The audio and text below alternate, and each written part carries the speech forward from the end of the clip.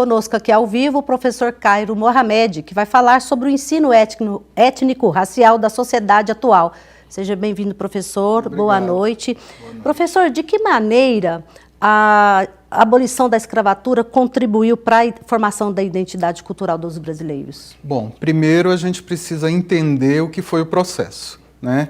Em linhas bem breves, a libertação dos escravizados não foi apenas um ato, né, político, foi um ato planejado. Né? Se planejou durante vários anos a invisibilidade do povo preto no Brasil.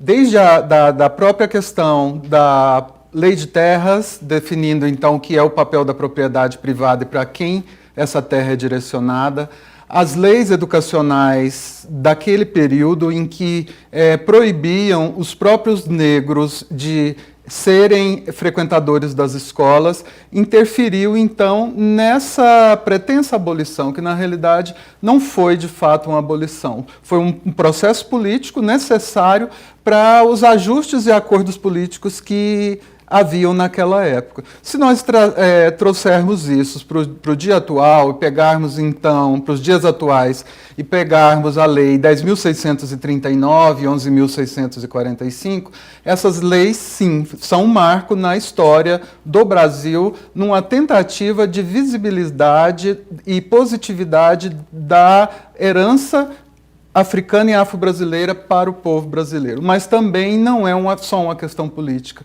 São séculos e séculos de luta do povo preto no Brasil em busca dessa visibilidade, desse reconhecimento. Né? Então, o que a Lei 10.639, que altera a LDB 93, 94 e 96, diz? É necessário ensinar a história e a cultura africana e afro-brasileira em todas as modalidades de ensino. Não só na educação básica, mas também na universidade. Principalmente nos cursos de formação de professores, porque são esses professores que vão atuar promovendo uma educação antirracista.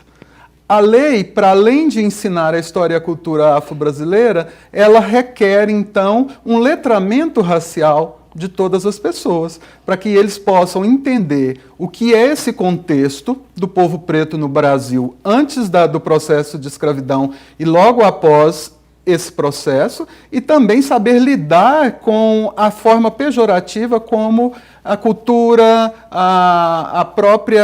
os modos de vida, né, da população preta que muito interferiram na história do Brasil, servem então de forma, e são vistas na maioria das vezes, de forma negativa, e serve também de piadas, de chacotas, para aquelas pessoas que acham que é comum, que é normal, que é banal. Né? Na sua opinião, como que projetos educacionais e culturais podem preservar essa história e transmitir a realidade, né, dessa... Primeiro, dando a esses sujeitos o papel de protagonistas. O povo preto, dentro da sua cultura, das suas individualidades, dos seus pertencimentos, mostrando a riqueza cultural, histórica que eles possuem nas suas práticas, no seu cotidiano, nos seus modos de ser, né, nos seus saberes e nos seus fazeres.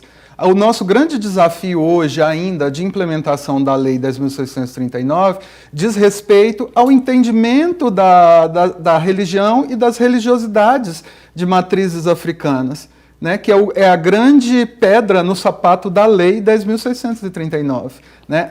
A trabalhar a religiosidade dentro das escolas ainda é um desafio, justamente pela ideia cristã que nós temos, né, que foi incutida na nossa própria mentalidade do que é certo e do que é errado.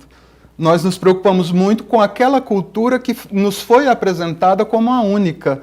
Né? E para a gente romper com essa ideia, né, é preciso que a gente olhe para a história não como uma história única, mas como uma história plural, rica de sentidos e significados e de sujeitos. E dentre esses sujeitos, os nossos ancestrais pretos e pretas que contribuíram sobremaneira para tudo isso que nós vivenciamos hoje. Na nossa cultura, como exemplo, Congado, o próprio carnaval, as nossas práticas culturais, como as benzeções, as berberagens, e várias outras práticas religiosas que fazem parte do nosso dia a dia. Né?